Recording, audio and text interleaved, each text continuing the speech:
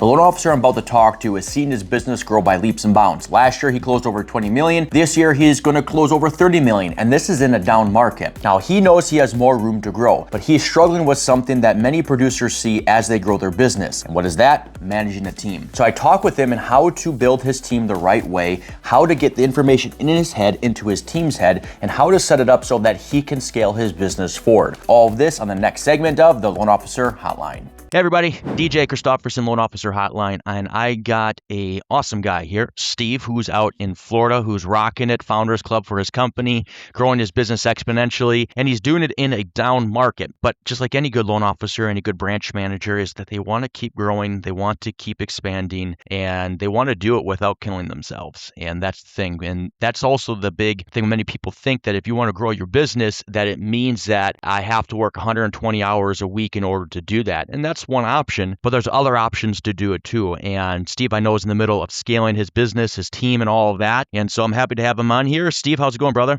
Good, man. Thank you, DJ. Thanks for having me, brother. Of course, man. We've known each other for what, 3 years? Is it 3 years? No, Or this will 4? be 4. Yeah, going on over 4 now. That's like a whole high school, dude.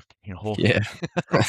well, I appreciate you on, and so tell me, what do you feel is holding you back right now in your business, or what do you want I to guess focus in on? That's the next part of your growth. Yeah, I would say for me, I'm like the Jordan, right? So I'd rather be the shooter, I'd rather be the player, I'd rather be the solo lead guy on the team, and then stepping into that delegation role and managerial role. It's just not like, man, it's not something that I enjoy doing. So like I guess Yeah. telling people what to do, and I'd rather just expect it, but expectations are very different, and so for me, I feel like I have enough personnel in place that I probably should be doing less, but I guess that's one of my Achilles heels there. Okay, so you want to grow. So let me make sure I understand what you're saying here is that you want to grow, you have the ability to grow. I know you're generating a bunch of leads and all that stuff, but the operational side of it is you don't like it, having to manage that. Yeah, I would say so. The operational side, managing, that's my weakness.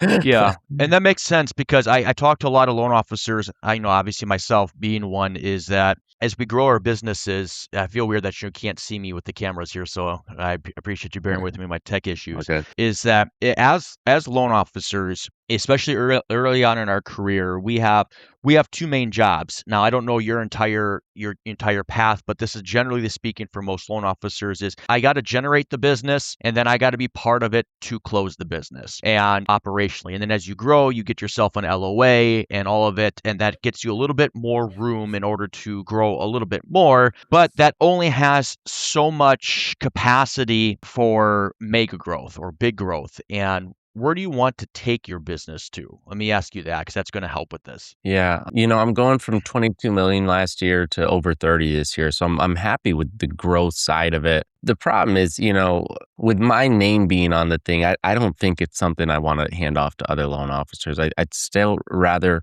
remain the face of the deal and have the support staff behind me to stay in front of clients. Mhm. So I guess, I don't know, I see, 30, I see Tara and Chad up there, 55. I see Derek at 90. It's hard to say, right? Like, Yeah. that's those guys are insane. They do a really good job at it. Yeah, and so I agree what you're saying. You're going to get to a spot where eventually you might decide you want to bring on another loan officer to kind of help you with some of what you're talking about, the lead gen, the client relationships, the realtor relationships, and all that. However, you mentioned something to me where operationally you just don't like to manage, and you just want them to know what to do. Is that a fair assessment, or am I too much?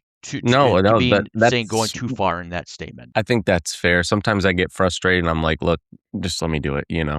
So I think Okay. that's fair. Yeah.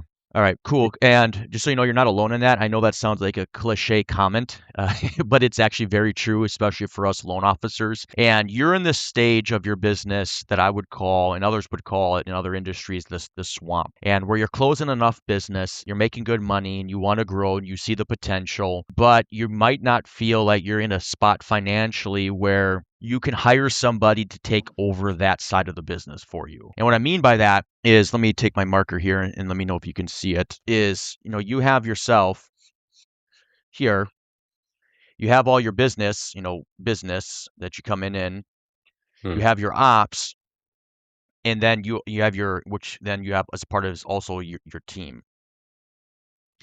Now, as your business is growing, it requires you to have more ops. But as you have more expenses, that puts more pressure on you to generate more business. Mm. So it feels like it's a never ending loop. Whereas, hey, I want to generate more business so I can have more ops. But if I'm gonna have more ops, I need more money, I need more business. You feel like you're in they call it the swamp, or you're on a hamster wheel. Do you feel like you're in that spot? Yeah. Yeah. Yeah, for sure. So more ops. Yeah. More people on the team now, more expenses. So obviously, more business needs to amortize from that or it just doesn't make sense. Okay. And so there's no magic pill to this. Hey, real quick, if you're a loan officer or a branch manager and your business is stuck, whether it's because you don't have enough business coming in or you're having trouble getting the business closed, I want to help you. I do free loan officer hot seats where I invite loan officers on one at a time and I help them fix the biggest issue in their business that's stopping them from to grow. Now, if this is something that interests you, in the description is an intake form. Fill that out, let me know a little bit about your business and I'll personally review it. If it's something I think that I can help, then my team will reach out to you and we'll get you scheduled for one of our upcoming hot seats. And so there's two options that you can do. And I have the option that I think that might be the best for you, and it's a short-term option. It's the short-term option for me that it was for me as well. It's the harder option in the sense is that it's not your personality. But let me talk about the two options first. One is,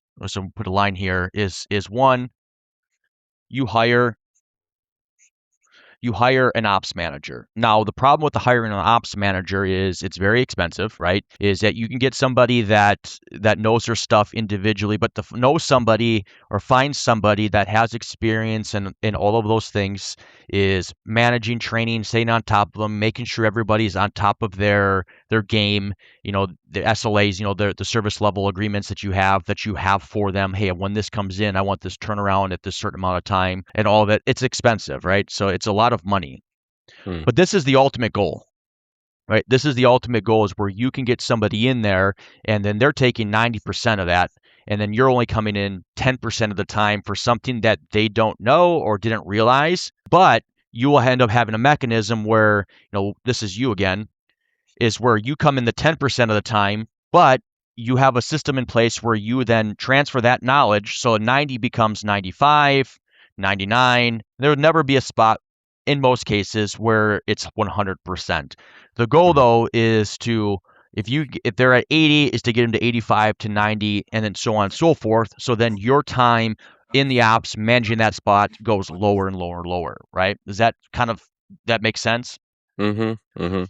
But in order to get to this spot and this is the part I don't like, and because I think you and I are very similar in this one, is option 2, and where I recommend is where you get to or you start with in order to know you to go up to this is it's you. This is not fun because you want to get business, you're good at getting business, and if you had more time, you can go get more business, but you need to be that ops person.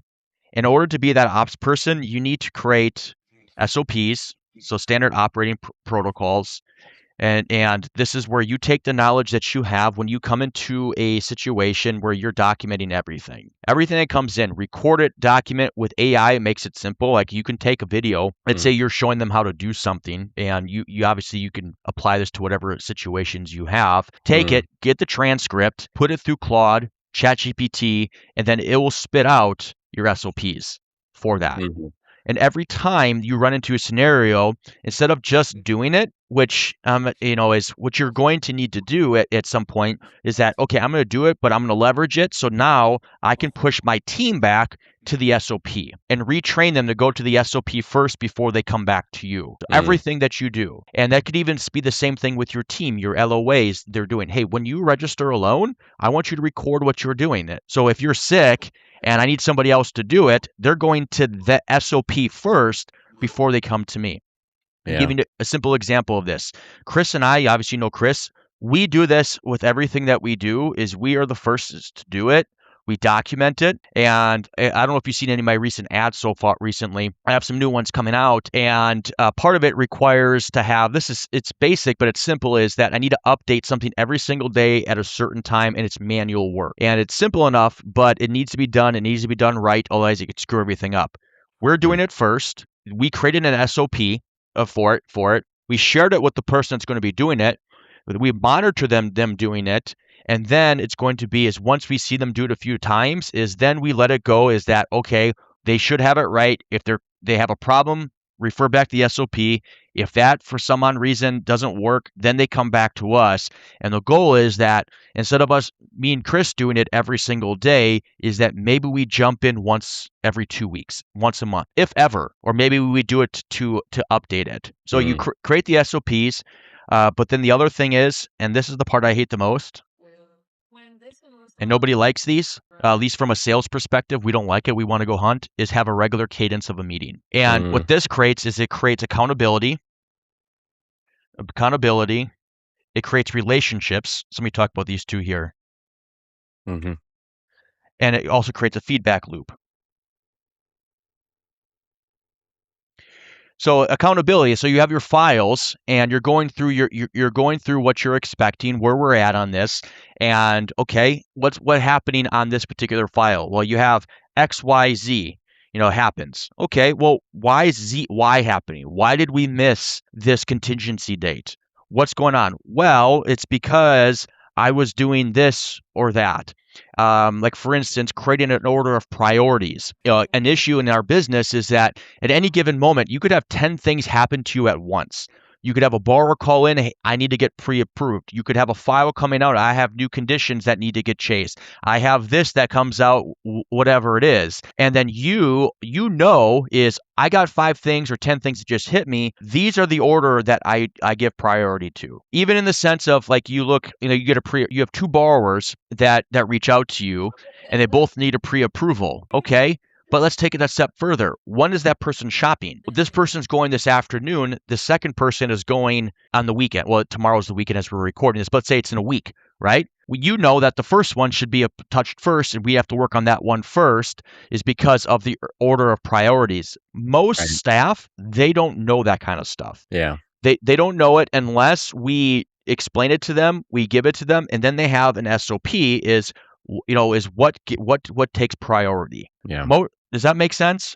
Yeah. So, I do try to, drop a note into Arrive, say, hey, this is a, realtor referral. This one's priority. I do try to put that stuff in there so everybody can see it. That's real good. But what we want to also do is we want to have this cadence of meetings, is because then all this stuff can happen right on spot. You can talk to somebody face to face and make sure there's ultimate clarity.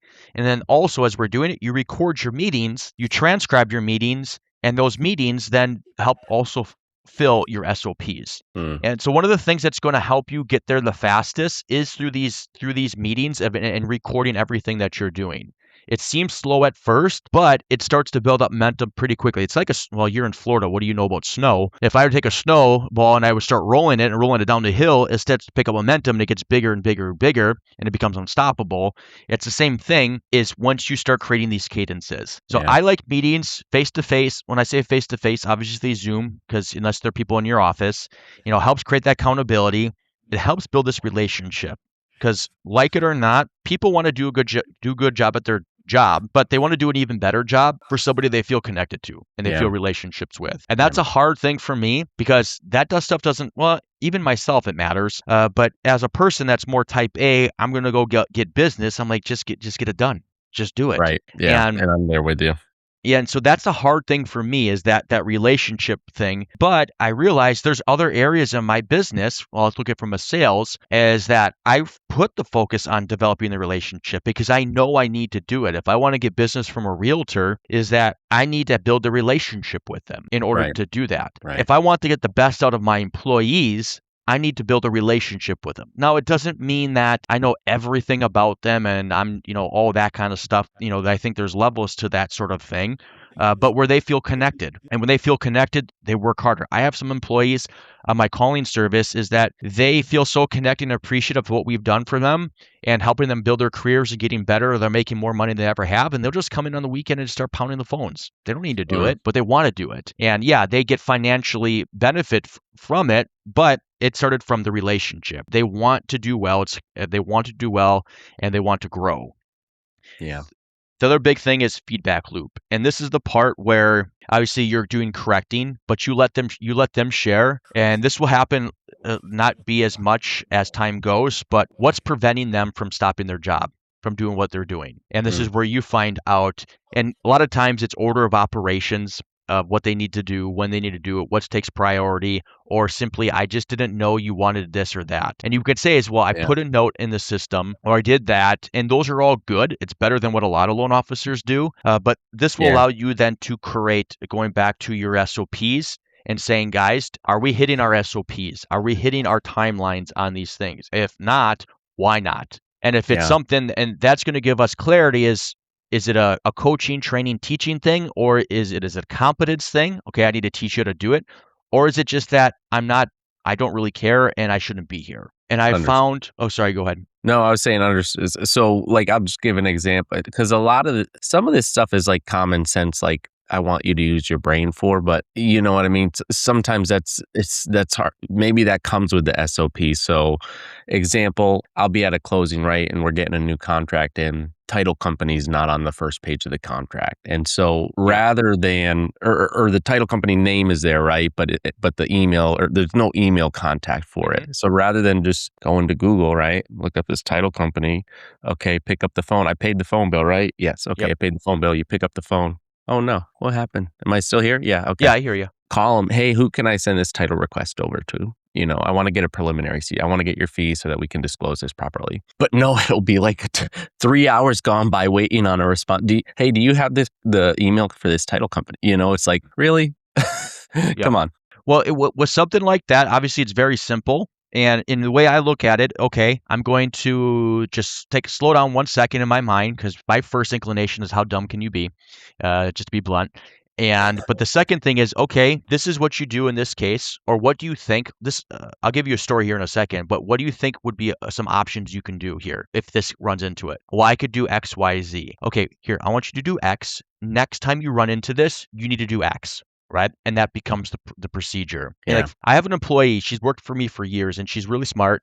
She's really good. I got into a spot, both Chris and I, is we started getting frustrated with her because she would start coming to Chris and I all the time to ask us questions. And at first we would just answer them and then she would do it. But what we realized we started training her to do that, to wait for us to get to answer her questions. And what we started to do is, before you come to us and ask me, you need to come with me with 1, 2, or 3 different ideas of how you think we should do this. And I will tell you which of those two, or which ones are those ones that we should do, or if I need to tweak it. And then, then moving forward, this is how we're going to do it. And now it came to the spot is that now you're good to go. Don't even come to me. If you make a mistake, I will deal with the mistake 5% of the time that it happens, if it happens at all, type of thing. It's starting then to train them to think on their own, which is weird, but it's just how many people are. They just need to be told what to do. Yeah. But if you tell them and you say, next time this happens, you need to do X, and they still don't do X, or they still keep coming back to you, and it's been a couple times, then you have to say, well, then I have another conversation. Why do you keep doing this? If you can't do it on this doesn't make sense for us to be here. I want you to succeed, and maybe this isn't the right fit for you. And that's where you have the layers of conversation of where it gets more tense, if you will. Not necessarily confrontational. I try to avoid that, but is where you do that, you increase the stakes. But I start with is the baseline. Okay, I'm just going to teach, help them to understand what they need to do, create the SOP, follow the SOP. And then if you still won't follow the SOP, is there something else going on? Yeah. It fixed the majority of the issues. So another one I'll give you is, I'll use Loan Sifter for just almost about everything. Yep. And I'm a true LO. You're with Nexus, so we have over 300 lenders. I truly will shop it around. But when I find where I'm placing the loan, so I'll snip it, highlight, and then send it over to my LOA, and then either float or lock, depending on the closing date and some other things that I take into consideration. And so every portal is different, right? Every lender portal is different. So it's not the same SOP every time. However, if you can't figure it out, okay, Nexa has this great website called loanofficersupport.com.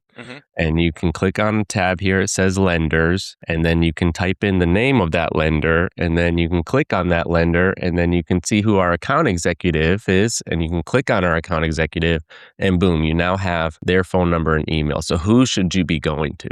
Me or them? That's perfect. That's a great example of how to create the SOP. This is what you do. You run into this. You don't know how to use their portal. You don't know how to register there.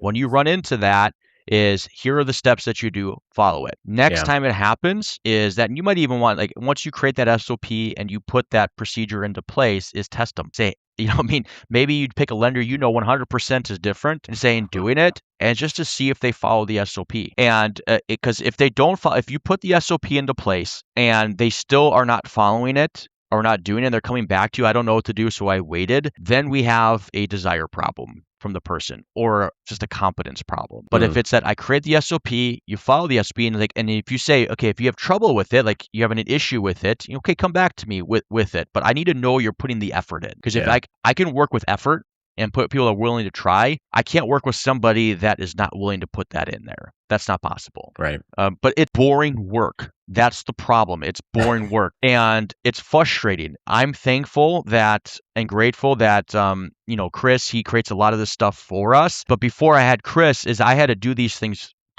for me, for my team, and I would spend countless time on creating different procedures, templates, and all this stuff for my LOAs and teams to follow. But once I got those in place and they were following them, things would operate much more smoothly. And so it became like a pruning in order to grow. So you cut back in order to grow a little bit and putting that time in there. But the beautiful thing is we come back to this, is once you start putting these things into place, is that it'll make the person you hire eventually for that ops manager all the easier. You have everything in place already. Now you can say, well, I want them to create it and all that stuff, but what are they creating it based on? Based on their own knowledge, and they might know loans, they might know all the FHA manual guidelines and all that stuff, but did they know the way that Steve wants it to be done?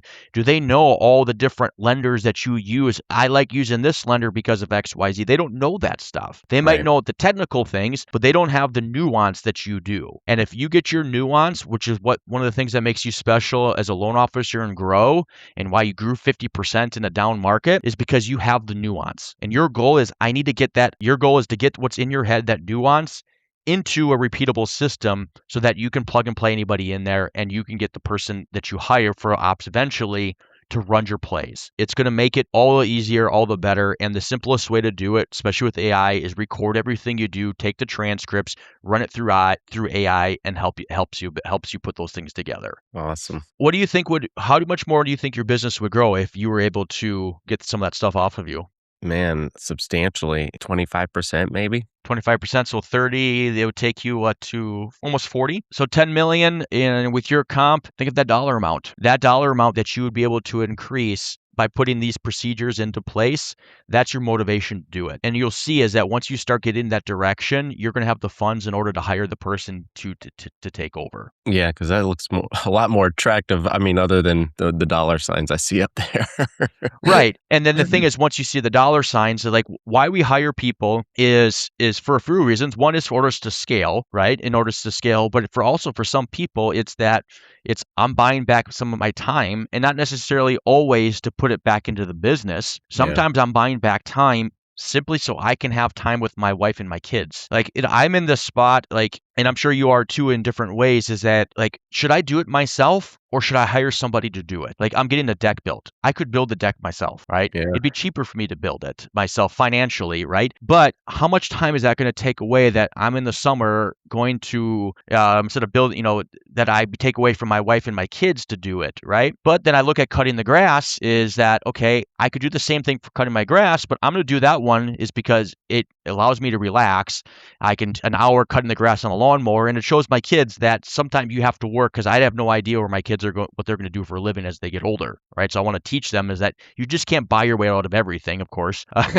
And sometimes you still do it because it needs to be done. And so Yeah. as you grow your business, you will find that yes, you're going to spend money in order to make more money, but also I have a feeling, Steve, is that you're going to find it. You're also going to spend money just to give you more time freedom. And that's a Yeah. hard thing to quantify, but you'll know it. And I'm sure you already see it sometimes in your business when you're taking calls at 8 o'clock at night from a Mhm. realtor, like, man, do I really want to always be doing this? Yeah. And some of that stuff too just recharges you to, even if you're buying time just for yourself, that just recharges you. Vacation, whatever, a couple hours at the cigar bar with your friend. Right. That stuff just, you get out of there and you are like ready to rock and roll, so. And the cool thing is too, as you start to get to that spot, you won't even feel guilty about doing it. And that's the Yeah. thing I know some people is that they feel guilty. Hey, I'm taking time off. I should be working in my business. I got to work on my files and all this stuff. Well, once you have a better operating machine and then eventually you have somebody that's doing it for you, it's working without you. Yeah. Right. And it takes time. It's effort. I have things going on with my businesses. I just see sales coming in that I did nothing to do to generate any of it. Other than when I say nothing to do, that's the wrong thing. We built all this first. Yeah. Right? All these things first, got these people into place, which all took time, effort, and money to do, but then it starts to produce. Now, does it work every time? Sometimes you make the wrong hire, and I've made plenty of the wrong hires, and I know you have too. And those things happen, but it doesn't stop us from still. We don't want it to stop us from still building what we know is the right path to go, as long as we're learning from it and the adjustments that we can make. Awesome. I see your business and I see as rates go down, you talk about increasing another 10, 25 or 25%. That's with today's rates. If rates drop down into even the low fives, you're going to talk about 100% increase for your business. Oh my gosh, I And can't even imagine that. you can't imagine that right now is because this stuff is not ready, right? And so, but if you can build this now before it's 100% absolutely necessary, right? Yeah. Because you're still doing well, is that this is going to allow you to take advantage of that 100% growth. Yeah. And I want to see you do it. It gets me excited, man. This is why I do this stuff all day long. Is helping people grow. Is because this is what energizes me. 60 million. Dude, and you say it, and until you're like that sounds impossible, but it only sounds impossible. It's because you think of it in context of how your business is currently going. Well, and like you said, I mean, I'm looking at my board right now, and it's virtually 90% purchase, 10% HELOC, 0 refi. So it doesn't seem impossible when you add refi. No, It I mean, really talking doesn't. from the numbers, right? I know you'll do that, but operationally, how does it feel? Oh, that, yeah, Yeah. that sounds absolutely impossible. Yeah. Yep. And that will get fixed as long as we have the intention behind it. Yeah. One I thing I want to wanted, tell you my motivation board real quick. do. Accountability motivation board. I'm gonna flash it quick because there's some personal information up there. Yeah, but- sure. So this helps me stay accountable and motivated. Love it, man. Yeah. That's good. Keep it right in front of you all day. That's beautiful. Mm-hmm. I have a different quote. We can keep going on this, but if you have a few more minutes, I have another question for you. Yeah. I saw in the form you filled out that 10% of your leads are turning into pre-approvals. Is that correct? To be honest with you, I don't know. So I will say I think I ran the numbers for 2025 and they were not good. Yeah. I spent about 40,000 and I made about 40,000. So there's some stuff in there that's like, unmeasurable, I would call it. Yeah. So, those leads might have referred other, True. family and friends, whatever. I don't know, or what else? Repeat referral, I guess. So I still do it. It's definitely my most expensive pillar with my least amount of return and I have 6 pillars, of business. So, I still do it. It keeps my virtual assistant busy. It gives me the CRM to still follow up with my past clientels, which I probably get even just as much, probably maybe even more business, definitely more business from them. Yeah. So there's multiple different reasons for it, but I don't know, maybe I'm just keep talking myself into it. Well, one thing I'm not saying today, it's just something as you grow is to look at all of your lead sources and see if there are ones that the return, not even dollar for dollar, but dollar for time, the amount of Yeah. time you're spending on that. And then is that, and I don't know the answer to this, does the efforts on those take away my efforts from other things that are working? And does it Yeah. cause me to miss out on other opportunities because I'm looking at those? I wouldn't. So Oh, go the ahead. 2 things I will say is because I have my VA entirely managing that CRM, I don't think it's taking a ton away from me other than just the appointments that she sets. Yeah. And I do remember one of the other reasons why I talked myself into keeping it going is because it actually does allow me to pass realtors pre-approved clients, which I mean that's like a two, that's like a two that's like a 2-to-1, 3-to-1, should be like a 4-to-1. You know, I don't have to say anything, but like, you know, we get it. Yeah. I get it, you get it. You know. So I mean, if it is that case, the effort returns 4-to-1 or 3-to-1 on there. That's different, right? Just confirm that it is doing that in that Got case, it. because there's been times in my businesses where Yeah. I thought I was getting a lot more from realtors, just I was so busy, and I was getting a lot of leads. But then I looked at them like, man, I'm not actually getting as many closings from all of their leads, and the ones that I'm getting, they're all psychotic and they drive me nuts. And these are the ones I'm always most stressed about. Yeah. So Yeah. I'm not saying that's happening. It's just that sometimes we have leaks that we don't know. Again, I wouldn't make that my first priority. It would be my getting my ops in place. Because if rates come down and all of a sudden you have an instant increase of refinances, you don't want to drop the ball, and you don't want to say no to refinances so you can keep your purchases going and so you don't hurt realtors. You want to take all of it while you can. Got it. Got it. Anything else, brother? No, man, it's great stuff. I appreciate all that. You're a wealth of knowledge, DJ. I see myself like you in another 5 or 10 years. I don't know much older you are than me, but 41, man. 41. 40. Okay, so another 5 years then, I guess. All right, cool. But yeah, you definitely you've been around the industry a lot longer. So I admire you a lot, man. I look up to you in many ways. I appreciate it. My phone's always open to you, brother. Reach out. And you going to UWM anytime soon? You going to that Discover Nexa? That might be a good one. I have been looking to go. So yeah, maybe we should link up on that. I haven't been to UWM in a while, but I feel like I've sent them enough business, not a ton, but enough that I don't feel guilty to go this year. I'll put it to you that way. I get you. Sounds good, brother. Well, I appreciate it. You have yourself a great weekend. Again, I seriously mean it. Reach out anytime. Will do. Thank you. Oh, I missed you. Oh, there you go. Okay. See you, brother. Take care. See ya. See you. Bye.